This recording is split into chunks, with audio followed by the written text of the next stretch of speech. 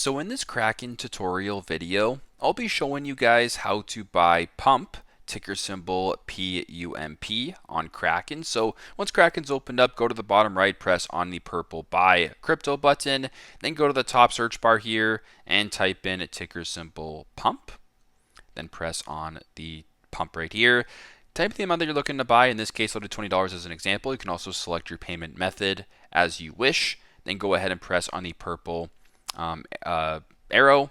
On this page, you can confirm the amount, the price, the fee, and the total of the transaction. You can also see the payment method that you're doing. And if all looks good, you want to proceed, go to the bottom, press confirm to proceed that way. So very simple, very straightforward. That's how you guys can buy pump, ticker symbol PUMP on Kraken. Thanks again for watching, and I hope this video helps.